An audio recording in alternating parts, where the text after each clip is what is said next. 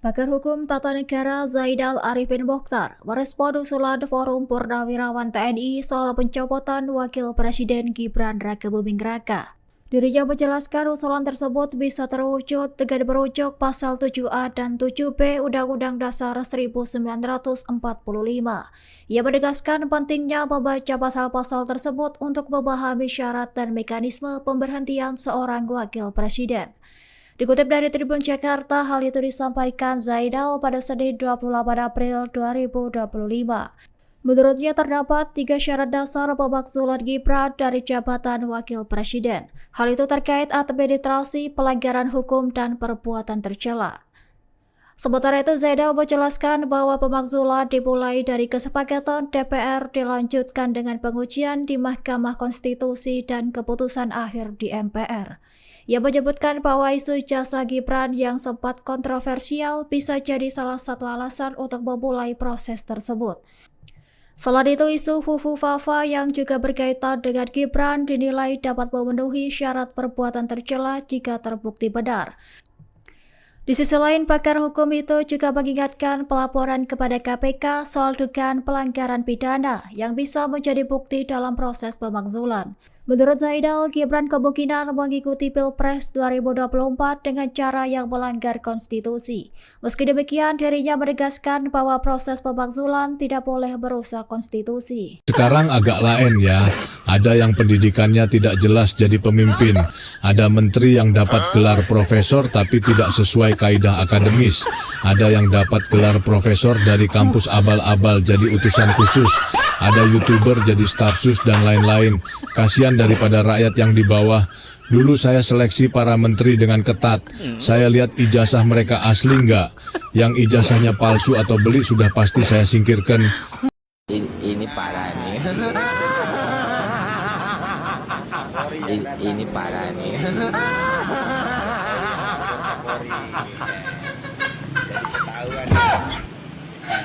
Presiden sekarang masih Jokowi kan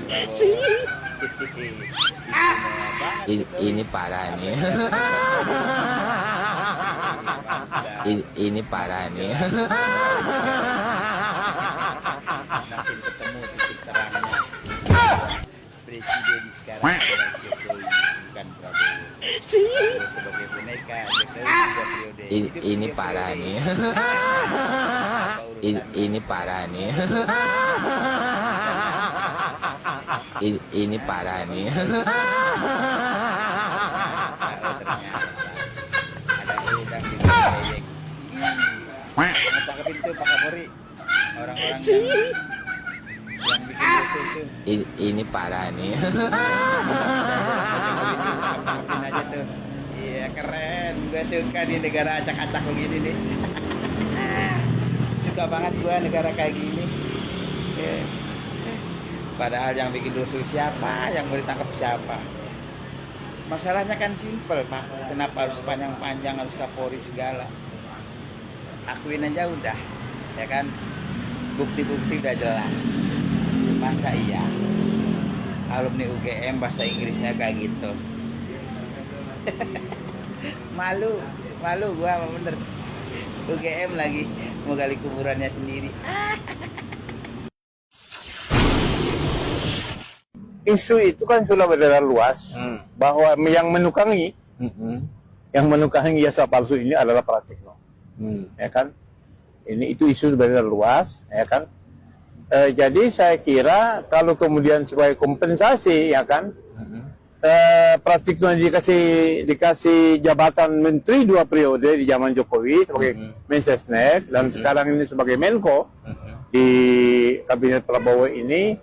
Itu perkiraan saya, itu kompensasi. Jadi seolah-olah Pratikno ini memegang rahasia yang luar biasa, ya kan, dari Joko Widodo ini terkait dengan dugaan dengan jasa palsu itu. Karena apa? Jasa palsu ini di pengadilan di lock, ya kan. Lapor ke polisian juga tidak diproses.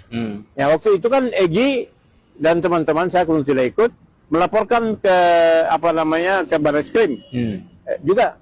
Sampai hari ini laporan sudah diterima tapi tidak diproses. Lalu kemudian waktu itu Egy Sugiyarno saya menemani mempertanyakan ke KPU. Juga pada akhirnya di KPU pusat di sini, ya kan, itu juga mengatakan bahwa mereka tidak berwenang untuk menjelaskan. Jadi semua lembaga negara, baik itu KPU, kepolisian, ya kan, lalu kemudian pengadilan, ini seolah-olah mereka bungkam seluruh bahasa. Nah, dugaan saya bahwa memang ini kejahatan yang sengaja ditutup rapat, ya kan, dan hari ini tokoh yang dianggap bermain di balik itu adalah Pratikno. Tapi kalau kita merujuk pada gugatan-gugatan yang sudah dilakukan 3 kali ya, kenapa nama Pratikno itu nggak dijadikan sebagai tergugat ya? Nah, waktu itu kami gugat Mensesnek, ya kan? Bukan Pratikno secara pribadi. Bukan menggugat Mensesnek, karena apa? Karena pada waktu itu di pengadilan yang seri 3 di Jakarta itu, jilid 3 itu, ya kan, itu kan pada saat menguji syarat formil, ya kan, tiba-tiba di situ, bukan tiba-tiba, tapi Joko Widodo itu mengutus Sesnek dan Jaksa Agung. Jadi di situ yang datang itu adalah padahal yang kita gugat itu kan sebetulnya pribadi Joko Widodo, yang kami gugat itu. Ya. Lalu kemudian pada akhirnya karena hakim meminta diperbarui dakwah gugatan. Lah yang tadi menggugat presiden diganti dengan menggugat pribadi. Lalu kemudian di situ Otto Hasibuan, ya kan, itu diutus oleh Jokowi untuk menjadi pengacara advokatnya dia dalam gugatan itu. Nah, tapi kemudian di situ Otto juga ditanya, ya, pada waktu itu oleh Egy Sujana sebagai advokat di situ, sebagai koordinator advokat, mana itu Otto tidak bisa menunjukkan. Nah, bahkan dugaan saya nih, Otto sekarang menjadi Ketua Menteri itu komplikasi juga, karena menutup rapat. Ya, Otto ini dugaan saya. Jadi di situ Otto Hasibuan yang membantu menutup rapat tentang jasa palsu Jokowi ini, akhirnya mendapat kompensasi Wakil Menteri sekarang. Kalau enggak, kita bertanya, Otto itu, ya kan, selama Prabowo kemarin, ya kan, di Pilpres yang 2024-2029 kemarin itu, perannya apa dong? Bahkan yang punya peran itu diantaranya Hotman Paris Sutapia juga nggak dapat apa-apa, ya kan, kalau kita cerita itu kan. Malah Otto yang perannya malah dapat jabatan Wakil Menteri. Anggap saya, dugaan saya itu kompensasi juga. Bang, kalau benar nih Pratikno adalah orang yang menerbitkan ijazah palsunya Jokowi, artinya kan dia bisa dijerat dengan pidana dengan pasal pemalsuan dokumen. Ada rencana nggak untuk menggugat Pratikno secara pribadi? Ya, memang kami sekarang ini kan, kemarin itu kan kami melihat bahwa ada deadlock di pengadilan, ya kan. Tetapi setelah mendatangi KPU dengan jawaban yang juga tidak berwenang, kemudian pengadilan juga tidak berwenang, kemudian kepolisian juga melapor ke kepolisian, laporan sudah diterima tapi nggak diproses, kami juga akan berpikir itu ke sana, akan menggugat dalam hal pidana ya, pidana kepada pribadi atas kasus jasa palsu Joko Widodo. Ini menarik ya. Karena apa? Karena sebenarnya University of Bradford yang adanya di London, di UK, itu kan ternyata sudah tidak lagi kerjasama dengan MDIS, sekolah yang tempat dia konon dulu pernah sekolah di situ. Gitu. Bahkan kalau diteliti sekolahnya sama dari awal.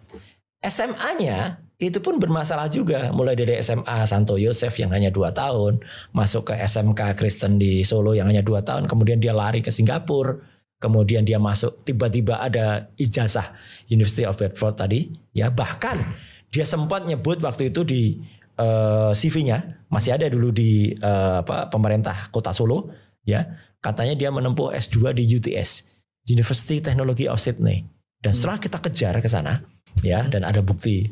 Ternyata di UTS itu dia hanya menempuh, belum bisa masuk. Dia baru menempuh matrikulasi. Program namanya INSURS itu 6 bulan dan dia tidak lulus. Lucunya lagi, ijazah sertifikasi nggak lulus itu kemudian dikomparasikan dengan ada kayak pengakuan atau kayak ibaratnya Penyesuaian. penyesuaian dari dikti, ternyata itu hanya setara SMK. Bahkan university yang disebut-sebut di Singapura itu MDIS tadi, itu ranking ke-46 dari 51 universitas di Singapura. Jadi kan aduh, dan dia pun dalam sertifikat itu, ya itu pun sertifikatnya nanti kita periksa ya Mas Bang. Itu pun disebut bahwa dia itu tidak disarankan atau tidak direkomendasi untuk melanjutkan ke pendidikannya lebih tinggi. Kalau dikatakan dengan IP atau indeks prestasi, ya IP-nya di bawah 2,5. Jadi IP-nya 2. Jadi artinya gini. Ini maksudnya kenapa perlunya ini masih dikejar? Supaya ini tidak jadi presiden. Tidak menjadi mimpi buruk Indonesia. Jadi begini Pak ceritanya. Mobil SMK ini sebetulnya mobil pendidikan. Untuk pelatihan bagi anak-anak SMK. Namun karena mobil ini kok nampaknya perlu harus dipompa, diorbitkan. 2 Januari 2011 setelah dilantik jadi wali kota. Yang periode kedua? Kedua. Mobil itu saya pasang di parkir di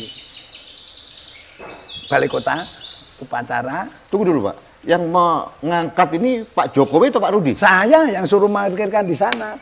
Tapi inisiatif Pak Rudi? Oh, iya, nanti untuk mobil dinas. Karena ya mohon maaf. Karena yang di masyarakat Pak itu seolah itu idenya Pak Jokowi. Wah, itu karena saya yang suruh ke sana. Ya. Ini yang namanya pemerintah ini kan harus punya strategi. Yang pertama yang perlu saya sampaikan bahwa ketika mobil SMK ini menjadi mobil dinas, wali kota dan wakil wali kota, AD1, AD2. ya AD1, AD2 di sana, Oh, ya? fotonya semua ada. Begitu di sana, boom, semua padahal kita itu dibully sama rakyat. Pemerintah nggak bisa bayar utang ke PLN tentang pajak penerangan jalan umum. Oh, ada utang? Iya. Kenapa nggak dibayar Pak? Nah, karena belum dianggarkan waktu itu kan. Jadi selama 5 tahun itu kan kita pernah ditinggali utang, namun nambah terus. Nah, akhirnya bagaimana caranya supaya bisa mengembalikan utang ini? 3 Januari kalau nggak salah, utang dari PLN ini kita bayar cash dengan naik mobil SMK. Artinya SMK ini hanya pengalian isu atau apa? Ya boleh saja kalau Pak Rudi menyampaikan itu pengalian isu. Pengalian isu supaya opini opini mengarah ke sana. Tidak uang sebesar itu untuk mengembalikan utang. Dan mengeluarkan uang segitu kan ya sebetulnya mesti harus ada proses dan sebagainya. Ini kontan kok ini, cash ke sana. Akhirnya SMK meledak. Semua gubernur, panglima, Kapolda, Kapolwil dulu masih ada. Itu pesen mobil SMK semua. Masuk Pak Gatot Nurmantio. Oh iya. Tapi keburu 2012 beliau lari ke gubernur. Dan itu pun juga prosesnya cukup lumayan unik juga. Lah sehingga kalau Pak JK mengatakan mobil SMK itu bohong-bohongan, ya memang itu mobil untuk pelatihan pendidikan di SMK. Tapi ada produksi nggak waktu itu? Nggak ada. Nah, terus kenapa kok diekspos bahwa seolah itu mobil rakyat akan diproduksi? Lah karena mungkin untuk pencitraan atau bagaimana saya nggak ngerti. Saya kan nggak habis pikir sampai ke arah itu. Kita semua kena prank ini. Nah, kena prank. 5 sosok Jenderal TNI Bintang 4 yang mendukung pencopotan Gibran Rakabuming Raka dari kursi Wakil Presiden Republik Indonesia. 1. Jenderal TNI Bintang 4 Trisutrisno, merupakan mantan Wakil Presiden Republik Indonesia ke-6, mendukung pencopotan Gibran dari kursi Wakil Presiden. 2. Jenderal TNI Bintang 4 Fahru Razi, merupakan mantan Menteri Agama, mendukung pencopotan Gibran dari kursi Wakil Presiden. 3. Jenderal TNI Bintang 4 Tiasno Sudarto, merupakan mantan Kepala Staf TNI Angkatan Darat, mendukung pencopotan Gibran dari kursi Wakil Presiden. 4. Laksamana TNI Slamet Subianto, merupakan Jenderal TNI Bintang 4, mantan Kepala Staf TNI Angkatan Laut, ikut mendukung pencopotan Gibran dari kursi Wakil Presiden. 5. Marsikal TNI Hanafi Asnan, merupakan Jenderal TNI Bintang 4, mantan Kepala Staf TNI Angkatan Udara, ikut mendukung pencopotan Gibran dari kursi Wakil Presiden.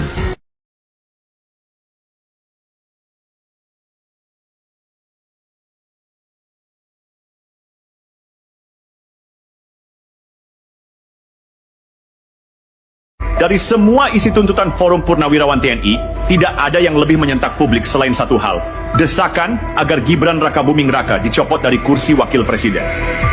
Bagi sebagian orang ini mungkin terdengar berlebihan, tapi bagi Tri Sutrisno dan kawan-kawan, ini adalah harga yang harus dibayar demi menyelamatkan Republik dari bahaya besar bernama politik dinasti. Tri Sutrisno menyatakan dengan jelas bahwa persoalan bukan pada sosok Prabowo. Ia tidak mempermasalahkan jalan Prabowo menjadi presiden. Tapi soal Gibran, itu cerita lain. Bagi Tri, apa yang dilakukan Jokowi terhadap kursi kekuasaan adalah bentuk pengkhianatan terhadap rakyat dan demokrasi. Jokowi dianggap telah menyalahgunakan pengaruhnya untuk mendorong anaknya masuk ke dalam puncak kekuasaan. Bukan lewat prestasi, tapi lewat manipulasi aturan dan celah hukum. Masyarakat masih ingat bagaimana Mahkamah Konstitusi tiba-tiba mengubah syarat usia lewat keputusan yang menguntungkan Gibran. Dan betapa kebetulan Ketua MK saat itu adalah ipar Jokowi sendiri. Semua orang tahu ada konflik kepentingan, tapi sistem diam. Partai-partai diam. Lembaga-lembaga negara diam. Yang bersuara justru para jenderal tua ini, yang selama ini dianggap sudah pensiun dari panggung politik. Dan itulah yang membuat suara mereka justru makin keras. Karena mereka tak punya kepentingan kekuasaan. Mereka bicara karena mereka muak. Karena mereka pernah mengangkat sumpah untuk membela negara, bukan membela keluarga penguasa. Dan kini mereka melihat negara sedang dikunci oleh satu keluarga yang terlalu lama duduk di singgasana. Buat mereka Gibran bukan sekadar anak presiden, ia adalah simbol dari seluruh kerusakan sistem yang dibangun selama 1 dekade kekuasaan Jokowi. Sebuah sistem yang mengandalkan koneksi, bukan kompetensi. Yang mementingkan loyalitas keluarga, bukan kapasitas kepemimpinan. Yang menjadikan negara ini bukan milik rakyat, tapi milik segelintir nama yang kebetulan lahir dari rahim kekuasaan. Tri Sutrisno melihat semua ini sebagai bom waktu. Bukan hanya karena rakyat makin kehilangan kepercayaan, tapi karena sistem yang rusak ini akan diwariskan. Hari ini Gibran, besok bisa anak-anak elit lainnya. Kalau ini dibiarkan, maka Republik ini bukan lagi negara demokrasi, tapi negara pewarisan jabatan. Dan di pusat semua kekacauan ini, nama Jokowi terus berdiri kokoh. Bukan sebagai pemimpin, tapi sebagai perancang. Ia bukan hanya gagal mencegah politik dinasti, ia justru dalang. Ia bukan korban sistem, tapi pembuat sistem itu sendiri. Di hadapan kenyataan ini, para purnawirawan memutuskan untuk tidak tinggal diam. Bukan karena mereka benci pada sosok tertentu, tapi karena mereka mencintai Republik ini. Mereka tahu kalau Gibran tetap dipertahankan, maka sejarah akan mencatat bahwa negara ini pernah dibajak oleh ambisi seorang ayah untuk melihat anaknya berkuasa.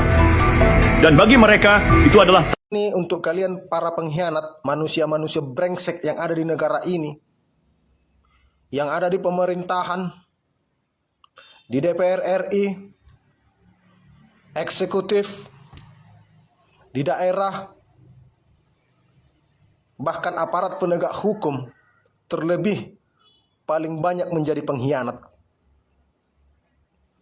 Harusnya kalian belajar sejarah. Harusnya kalian banyak menonton sejarah, melihat sejarah. Bagaimana nenek moyang kita dulu mandi darah, kehilangan nyawa, hanya untuk membuat negara ini merdeka dari penjajah. Mereka bergerilya, masuk hutan, kelaparan, dikejar. Jika dapat, ada yang langsung dieksekusi di tempat, di depan anak istri, di depan keluarga, hanya untuk mengintimidasi yang lain supaya tidak menjadi pemberontak.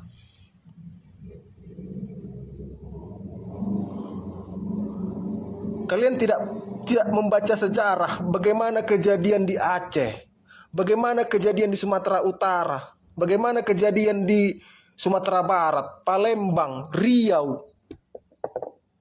Kalian tidak membaca sejarah bagaimana terjadi di Pulau Sumatera, di Pulau Jawa, Kalimantan, Sulawesi, Papua, di Pulau Bali. Kalian tidak membaca sejarah bagaimana nenek moyang kita dulu kehilangan nyawa ketika tertangkap, diperlakukan seperti binatang, lalu berakhir dengan pemenggalan, penghilangan nyawa, diolok-olok di depan anak istrinya, menunjukkan bahwa orang-orang yang melawan penjajah harus mati. Nenek moyang kita dulu banyak yang dijadikan pemuas nafsu para penjajah. Dikurung di goa, digantung, dibuat di sel 1 kali 1. Kalian tidak membaca sejarah para pengkhianat bangsat? Kau lihat ini pejuang kita ditertawakan, ditangkap, kurus kering. Sementara kalian gemuk mencuri para bangsat. Apakah kita harus berperang kedua kali? Apakah masyarakat ini harus berperang kedua kali hanya untuk benar-benar merdeka? Apakah tidak cukup dulu tahun 45 kemerdekaan kita? Apakah harus dibuat 2026, 2027, 2028 atau 2030 sesuatu yang meledak supaya benar-benar Indonesia ini merdeka? Kalian tidak baca sejarah bagaimana pasukan Siliwangi Long March berbulan-bulan hanya untuk pindah melewati hutan membagi dua. Aku baca itu semua, aku baca. Bagaimana perjuangan di Surabaya, di Bandung, di Jakarta, bagaimana orang-orang di sana bertempur. Bagaimana Bandung itu disapu, diratakan, di bumi hanguskan. Kalian tidak baca sejarah para pengkhianat bangsat. Kalian lebih kejam daripada Belanda. Belanda tidak pernah memakai hukum untuk melindungi dirinya, untuk membenarkan dirinya ketika mereka melakukan kejahatan. Tapi kalian saat melakukan kejahatan menggunakan hukum untuk melindungi kalian, para bangsat.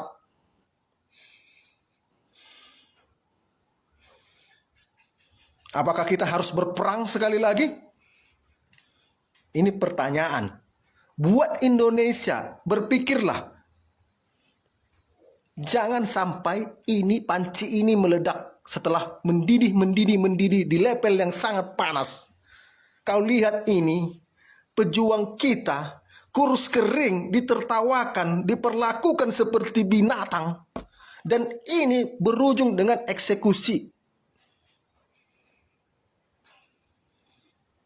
Jenderal Sudirman, walaupun dalam keadaan sakit, tapi dia memilih bergerilya. Pahlawan-pahlawan kita dahulu, pahlawan nasional kita. Mereka meninggalkan kekayaannya, mereka meninggalkan gelar kebangsawaannya dan bergabung untuk rakyat demi mengusir penjajah. Sementara kalian dikasih jabatan menjadi pengkhianat para bangsat. Kalian para bangsat. Kalian yang harusnya merawat negara ini dengan tangan kalian yang diberi wewenang oleh rakyat, malah kalian yang mencabik-cabik negara ini.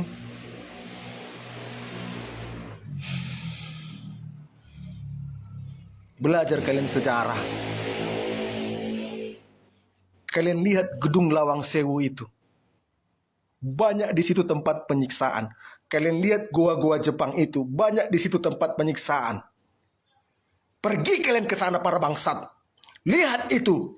Bagaimana penderitaan nenek moyang kita dimasukkan ke goa Jepang, dimasukkan ke gedung Lawang Sewu. Bagaimana terjadi dulu kejadian di Bogor, di kereta api dibakar semua.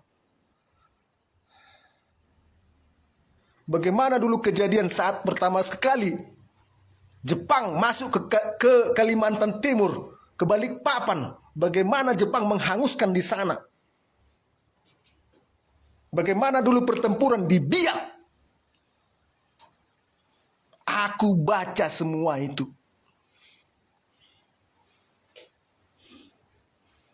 Kalian jadi pengkhianat bangsat. Kau lihat ini satu dokumen nyata dari jutaan kejadian penganiayaan. 3,5 tahun Jepang, lebih sakit lagi kelakuan Jepang.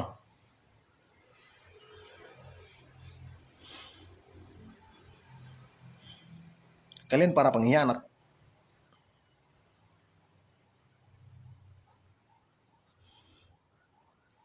Kalian lihat ini. Ini satu dari jutaan dokumentasi. Kalian belajar sejarah. Bagaimana penderitaan nenek moyang. Untuk kalian para pengkhianat bangsat-bangsat negara ini.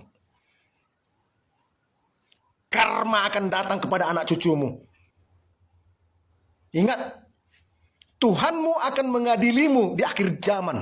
Dan percayalah, apa yang kau lakukan itu tertulis lengkap di buku kehidupanmu.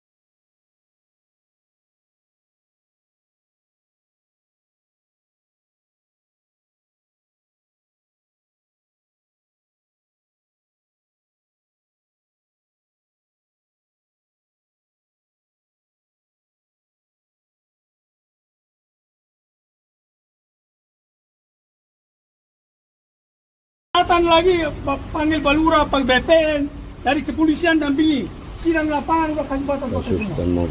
Sudah jelas. Kan ini kan bisa kita bicarakan baik-baik. Kami juga punya harga diri, kami merasa bahwa barang ini punya kami. Kami jangan penjara, mati pun tidak akan takut. Apalagi saya kuliah, mati. Mana plus fotokopinya. Tapi saya benar, kalau saya takut, jangan teman-teman ini. Jangan teman-teman pakai dinas ini. Orang tukang sapu itu saya takut. Saya takut sama orang tukang sapu. Orang tukang cleaning service. Tapi kalau saya benar, jelas, apalagi benar diperkuat oleh hukum. Sudah selesai. Hukum menyatakan bahwa itu barang itu adalah punya kamu. Kalau kita takut, buat apa ninggalin ada hukum? Hah? Kamu pakai uang pencuri itu, uang haram itu untuk mempererat aparatur. Hah? Ada apa-apa di sini? Kamu yang kita makan, kamu yang rambut-rambut kuku kamu kita makan hidup-hidup kamu. Ulang kita makan kamu, saya yang makan ulang kamu. Saya udah lama gak makan orang ya. Saya kuliah. Kamu jangan pakai itu bodohin untuk datang. Ada yang ada pandam, katanya ini tidak. Ya teman-teman yang itu gimana? Nah, saya kata Mayor Borlap lapor ke Danden, lapor ke Pandam. Nah, karena laporannya beda. Laporan ke Panglima Pandam pun beda.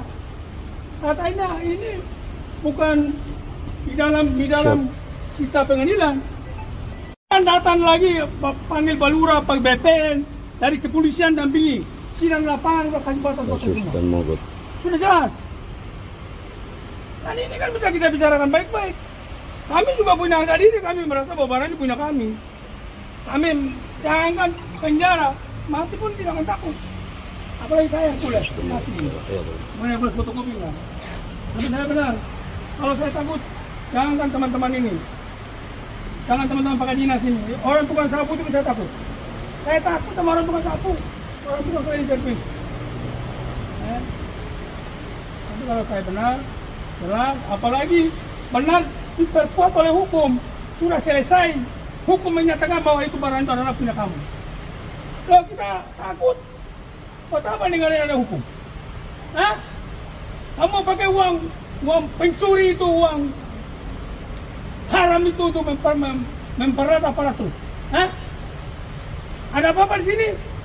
Kamu yang kita makan, kamu yang rambut-rambut kuku kamu kita makan hidup-hidup kamu. Ulang kita makan kamu, saya yang makan ulang kamu. Saya udah lama gak makan orang ya. Saya kuliah. Kamu jangan pakai itu bodohin untuk datang. Ada yang ada pandam, katanya ini tidak. Ya teman-teman yang itu gimana? Nah, saya kata Mayor Borlap lapor ke Danden, lapor ke Pandam. Nah, karena laporannya beda. Laporan ke Panglima Pandam pun beda. Katanya ini bukan di dalam sita pengadilan. Jadi begini Pak ceritanya, mobil SMK ini sebetulnya mobil pendidikan. Oke. Untuk pelatihan bagi anak-anak SMK. Namun karena mobil ini kok nampaknya perlu harus dipompa, diorbitkan, 2 Januari 2011 setelah dilantik jadi wali kota. Yang periode kedua? Kedua. Oke.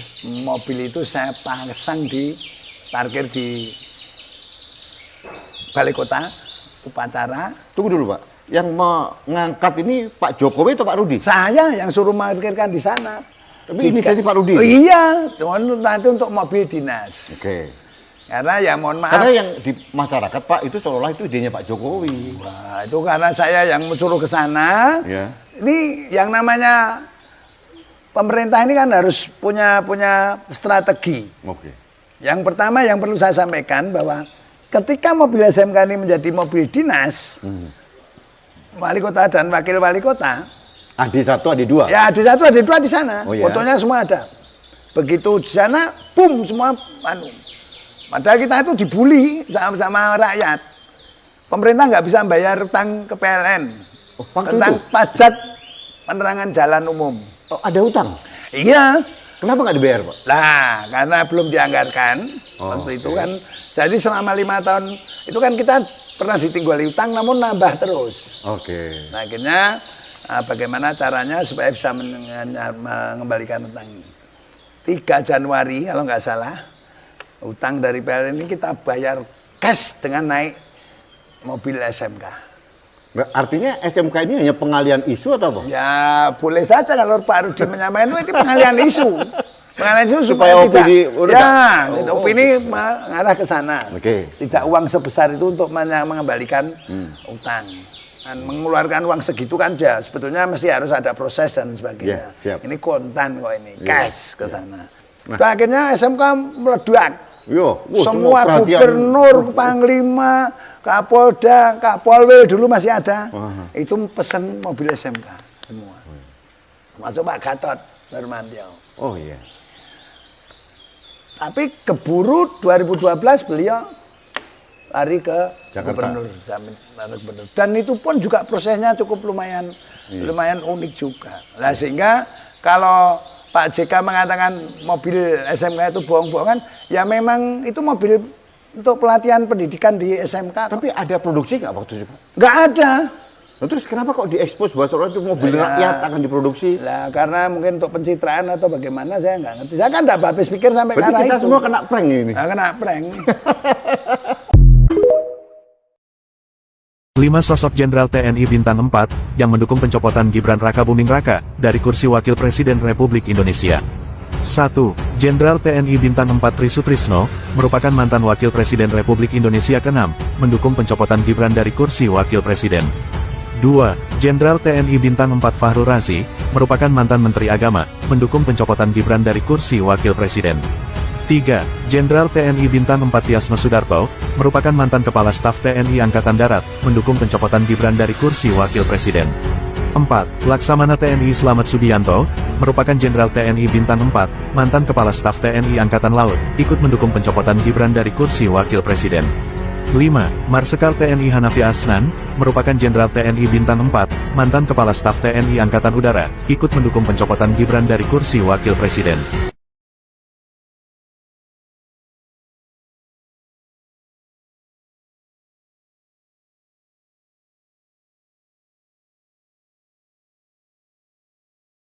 Dari semua isi tuntutan Forum Purnawirawan TNI, tidak ada yang lebih menyentak publik selain satu hal, desakan agar Gibran Rakabuming Raka dicopot dari kursi Wakil Presiden. Bagi sebagian orang ini mungkin terdengar berlebihan, tapi bagi Trisutrisno dan kawan-kawan, ini adalah harga yang harus dibayar demi menyelamatkan Republik dari bahaya besar bernama politik dinasti. Trisutrisno menyatakan dengan jelas bahwa persoalan bukan pada sosok Prabowo. Ia tidak mempermasalahkan jalan Prabowo menjadi presiden. Tapi soal Gibran, itu cerita lain. Bagi Tri, apa yang dilakukan Jokowi terhadap kursi kekuasaan adalah bentuk pengkhianatan terhadap rakyat dan demokrasi. Jokowi dianggap telah menyalahgunakan pengaruhnya untuk mendorong anaknya masuk ke dalam puncak kekuasaan, Bukan lewat prestasi, tapi lewat manipulasi aturan dan celah hukum. Masyarakat masih ingat bagaimana Mahkamah Konstitusi tiba-tiba mengubah syarat usia lewat keputusan yang menguntungkan Gibran. Dan betapa kebetulan Ketua MK saat itu adalah ipar Jokowi sendiri. Semua orang tahu ada konflik kepentingan, tapi sistem diam. Partai-partai diam. Lembaga-lembaga negara diam. Yang bersuara justru para jenderal tua ini, yang selama ini dianggap sudah pensiun dari panggung politik. Dan itulah yang membuat suara mereka justru makin keras. Karena mereka tak punya kepentingan kekuasaan. Mereka bicara karena mereka muak. Karena mereka pernah mengangkat sumpah untuk membela negara, bukan membela keluarga penguasa. Dan kini mereka melihat negara sedang dikunci oleh satu keluarga yang terlalu lama duduk di singgasana. Buat mereka Gibran bukan sekadar anak presiden, ia adalah simbol dari seluruh kerusakan sistem yang dibangun selama 1 dekade kekuasaan Jokowi. Sebuah sistem yang mengandalkan koneksi, bukan kompetensi. Yang mementingkan loyalitas keluarga, bukan kapasitas kepemimpinan. Yang menjadikan negara ini bukan milik rakyat, tapi milik segelintir nama yang kebetulan lahir dari rahim kekuasaan. Tri Sutrisno melihat semua ini sebagai bom waktu. Bukan hanya karena rakyat makin kehilangan kepercayaan, tapi karena sistem yang rusak ini akan diwariskan. Hari ini Gibran, besok bisa anak-anak elit lainnya. Kalau ini dibiarkan, maka republik ini bukan lagi negara demokrasi, tapi negara pewarisan jabatan. Dan di pusat semua kekacauan ini, nama Jokowi terus berdiri kokoh. Bukan sebagai pemimpin, tapi sebagai perancang. Ia bukan hanya gagal mencegah politik dinasti, ia justru dalang. Ia bukan korban sistem, tapi pembuat sistem itu sendiri. Di hadapan kenyataan ini, para purnawirawan memutuskan untuk tidak tinggal diam. Bukan karena mereka benci pada sosok tertentu, tapi karena mereka mencintai republik ini. Mereka tahu kalau Gibran tetap dipertahankan, maka sejarah akan mencatat bahwa negara ini pernah dibajak oleh ambisi seorang ayah untuk melihat anaknya berkuasa. Dan bagi mereka, itu adalah... Ini untuk kalian para pengkhianat, manusia-manusia brengsek yang ada di negara ini, yang ada di pemerintahan, di DPR RI, eksekutif, di daerah, bahkan aparat penegak hukum, terlebih paling banyak menjadi pengkhianat. Harusnya kalian belajar sejarah. Harusnya kalian banyak menonton sejarah, melihat sejarah. Bagaimana nenek moyang kita dulu mandi darah, kehilangan nyawa, hanya untuk membuat negara ini merdeka dari penjajah. Mereka bergerilya, masuk hutan, kelaparan, dikejar. Jika dapat, ada yang langsung dieksekusi di tempat, di depan anak istri, di depan keluarga, hanya untuk mengintimidasi yang lain supaya tidak menjadi pemberontak.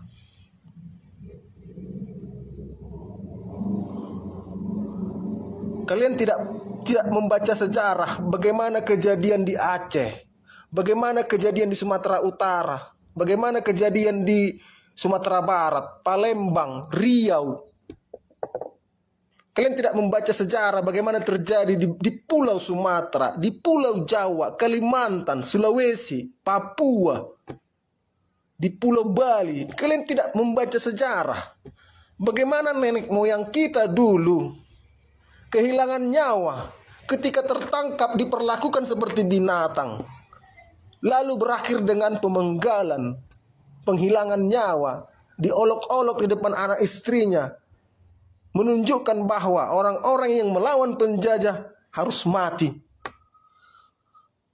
Nenek moyang kita dulu banyak yang dijadikan pemuas nafsu para penjajah, dikurung di goa, digantung, dibuat di sel 1x1. Kalian tidak membaca sejarah para pengkhianat bangsat. Kau lihat ini pejuang kita ditertawakan, ditangkap, kurus kering, sementara kalian gemuk mencuri para bangsat. Apakah kita harus berperang kedua kali? Apakah masyarakat ini harus berperang kedua kali hanya untuk benar-benar merdeka? Apakah tidak cukup dulu tahun 45 kemerdekaan kita? Apakah harus dibuat 2026, 2027, 2028 atau 2030? Sesuatu yang meledak supaya benar-benar Indonesia ini merdeka. Kalian tidak baca sejarah bagaimana pasukan Siliwangi Long March berbulan-bulan hanya untuk pindah melewati hutan membagi dua. Aku baca itu semua, aku baca. Bagaimana perjuangan di Surabaya, di Bandung, di Jakarta, bagaimana orang-orang di sana bertempur.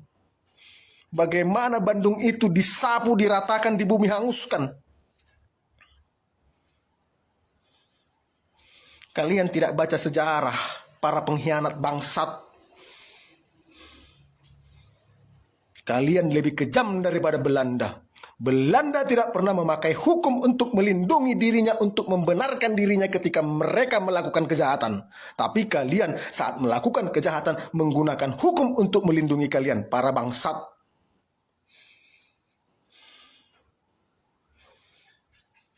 Apakah kita harus berperang sekali lagi? Ini pertanyaan. Buat Indonesia, berpikirlah. Jangan sampai ini panci ini meledak setelah mendidih di level yang sangat panas. Kau lihat ini, pejuang kita kurus kering, ditertawakan, diperlakukan seperti binatang. Dan ini berujung dengan eksekusi. Jenderal Sudirman, walaupun dalam keadaan sakit, tapi dia memilih bergerilya. Pahlawan-pahlawan kita dahulu, pahlawan nasional kita. Mereka meninggalkan kekayaannya, mereka meninggalkan gelar kebangsawaannya dan bergabung untuk rakyat demi mengusir penjajah. Sementara kalian dikasih jabatan menjadi pengkhianat, para bangsat. Kalian para bangsat. Kalian yang harusnya merawat negara ini dengan tangan kalian yang diberi wewenang oleh rakyat, malah kalian yang mencabik-cabik negara ini.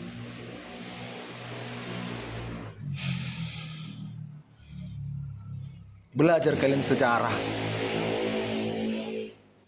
Kalian lihat gedung Lawang Sewu itu. Banyak di situ tempat penyiksaan. Kalian lihat goa-goa Jepang itu. Banyak di situ tempat penyiksaan. Pergi kalian ke sana, para bangsat. Lihat itu. Bagaimana penderitaan nenek moyang kita dimasukkan ke goa Jepang, dimasukkan ke gedung Lawang Sewu. Bagaimana terjadi dulu kejadian di Bogor, di kereta api dibakar semua. Bagaimana dulu kejadian saat pertama sekali Jepang masuk ke Kalimantan Timur, ke Balikpapan. Bagaimana Jepang menghanguskan di sana. Bagaimana dulu pertempuran di Biak. Aku baca semua itu.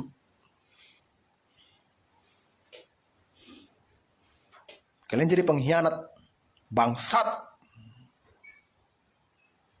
Kau lihat ini satu dokumen nyata dari jutaan kejadian penganiayaan. 3,5 tahun Jepang, lebih sakit lagi kelakuan Jepang.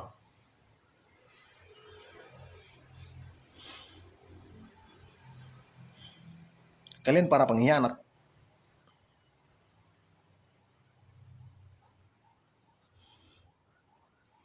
Kalian lihat ini. Ini satu dari jutaan dokumentasi. Kalian belajar sejarah. Bagaimana penderitaan nenek moyang. Untuk kalian para pengkhianat bangsat-bangsat negara ini. Karma akan datang kepada anak cucumu. Ingat, Tuhanmu akan mengadilimu di akhir zaman. Dan percayalah, apa yang kau lakukan itu tertulis lengkap di buku kehidupanmu.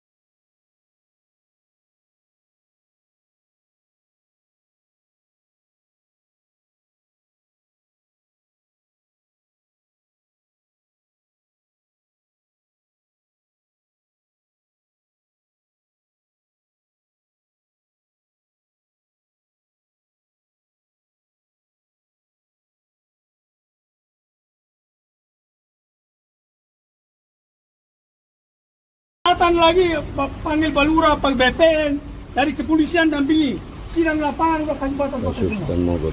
Sudah jelas. Kan ini kan bisa kita bicarakan baik-baik. Kami juga punya harga diri, kami merasa bahwa barang ini punya kami. Kami jangan penjara, mati pun tidak akan takut. Apalagi saya yang kuliah, mati. Mana plus fotokopinya. Tapi saya benar, kalau saya takut, jangan teman-teman ini. Jangan teman-teman pakai dinas ini. Orang tukang sapu itu saya takut. Saya takut sama orang tukang sapu. Orang tukang cleaning service. Tapi kalau saya benar, jelas, apalagi benar diperkuat oleh hukum. Sudah selesai. Hukum menyatakan bahwa itu barang itu adalah punya kamu. Kalau kita takut, buat apa ninggalin ada hukum? Hah? Kamu pakai uang pencuri itu, uang haram itu untuk mempererat aparatur. Hah? Ada apa-apa di sini? Kamu yang kita makan, kamu yang rambut-rambut kuku kamu kita makan gitu kamu. Ulang kita makan kamu, saya yang makan ulang kamu. Saya udah lama gak makan orang ya. Saya kuliah. Kamu jangan pakai itu bodohin untuk datang. Ada yang ada pandang, katanya ini tidak. Ya teman-teman lapor itu gimana? Nah, saya kata Mayor Borlap lapor ke Dandan, lapor ke Pandang.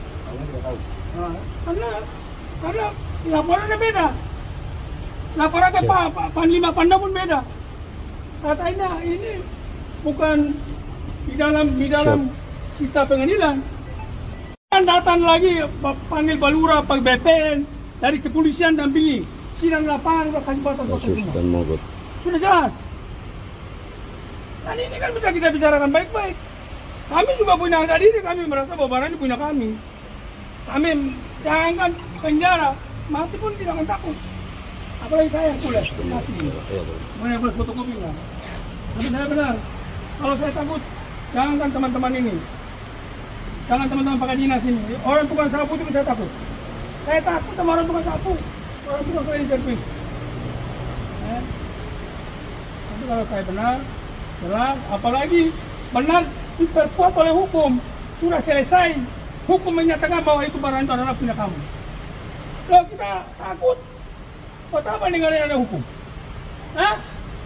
Kamu pakai uang pencuri itu, uang haram itu untuk mempererat aparatur. Hah? Ada apa-apa di sini? Kamu yang kita makan, kamu yang rambut-rambut kuku kamu kita makan gitu kamu. Ulang kita makan kamu, saya yang makan ulang kamu. Saya udah lama gak makan orang ya. Saya kuliah. Kamu jangan pakai itu bodohin untuk datang. Ada yang ada pandang, katanya ini tidak. Ya teman-teman lapor itu gimana? Nah, saya kata Mayor Borlap lapor ke Dandan, lapor ke Pandang. Nah, karena laporannya beda. Laporan ke Panglima Pandang pun beda. Katanya ini bukan di dalam sita pengadilan. Bahwa saya tidak kenal dengan Hercules, tidak pernah kenal, ya. Dan kalau beliau ngaku-ngaku di backing oleh Kopassus itu sama sekali nggak benar itu, ya. Kalau mereka terlibat kriminalitas, ya mereka harus ditindak keras-kerasnya kalau bisa. Apalagi bawa nama Kopassus ya, bawa saya lagi.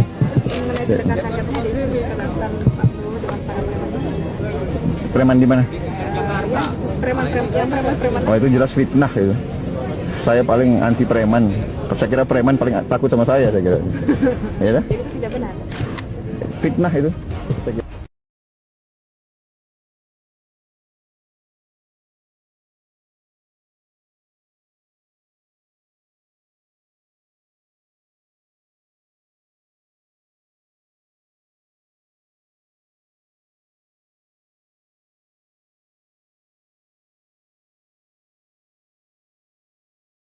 Saudaraku sebangsa setanah air, gerakan politik untuk mengusut kepalsuan ijazah Jokowi sebulan terakhir ini ibarat angin taufan yang mustahil dibendung.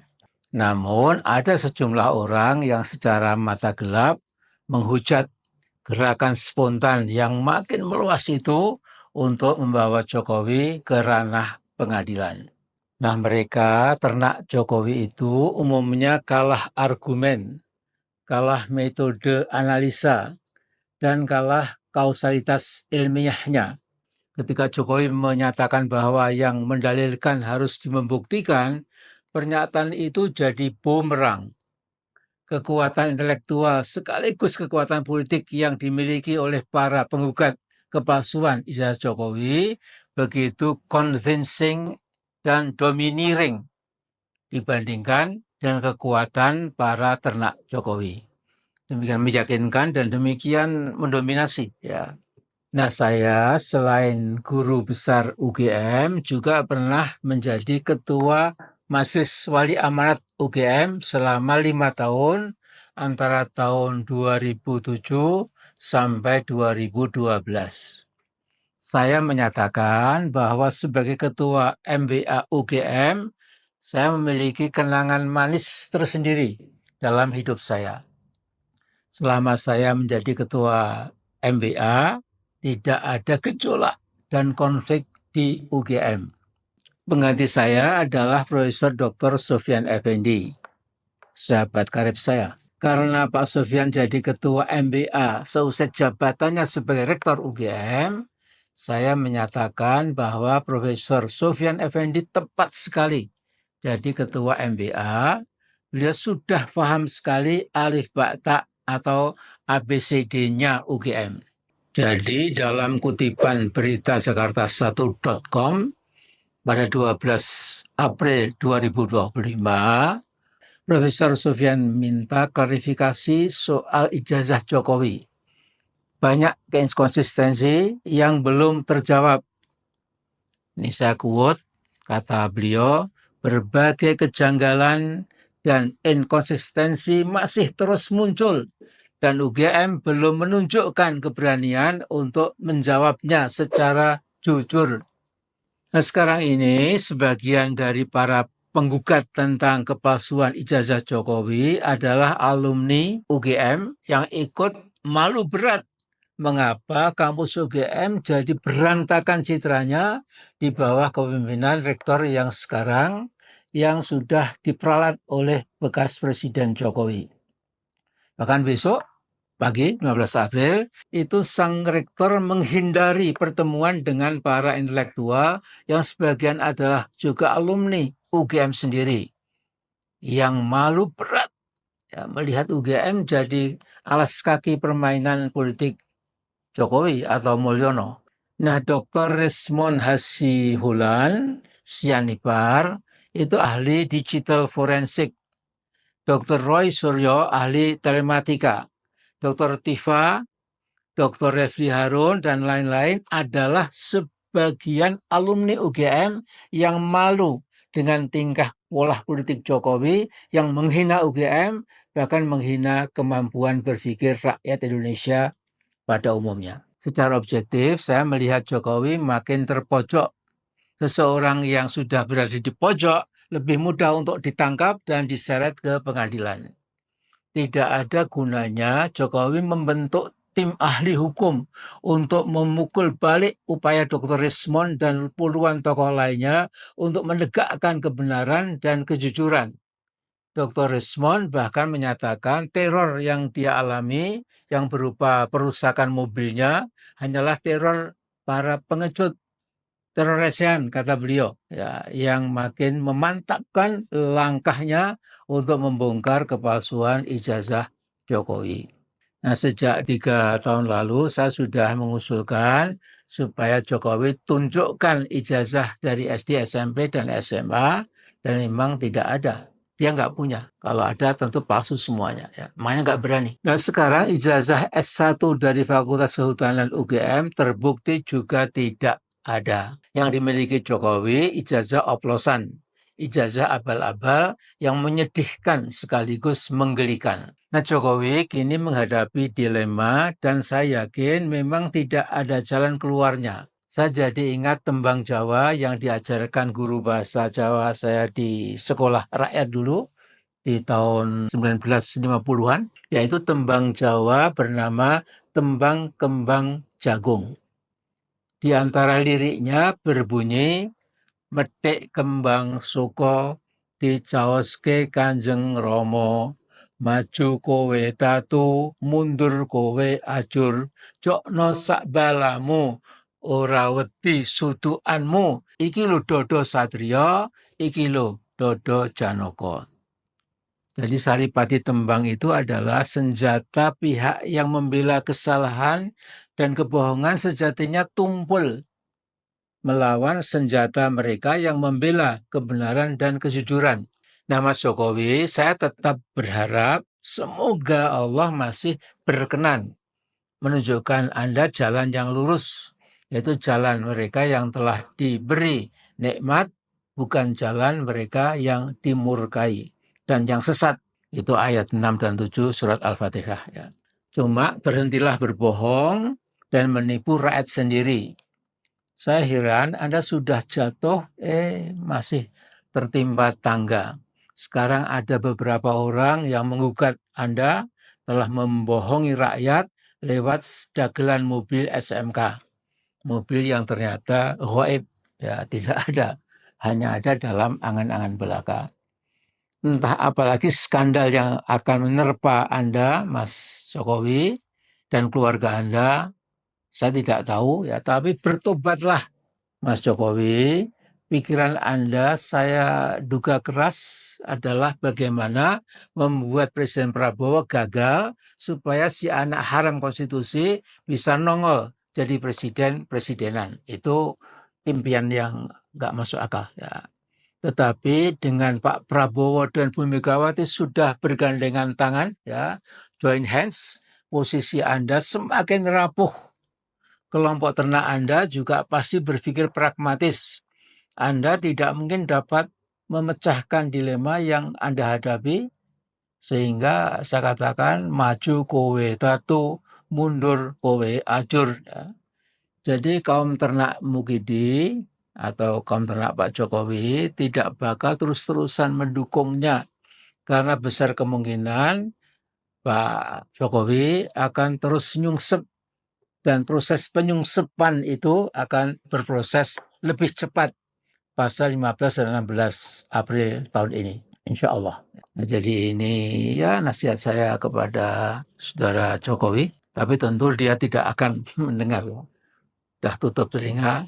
Tapi ini harus saya sampaikan ya, mudah-mudahan Indonesia, negara yang kita cintai, di bawah Pak Prabowo pelan-pelan bisa mengurai masalah yang demikian ruwet itu, dan jangan sampai anak haram konstitusi itu punya kesempatan untuk mencalonkan diri pada presidensi yang akan datang. Assalamualaikum warahmatullahi wabarakatuh.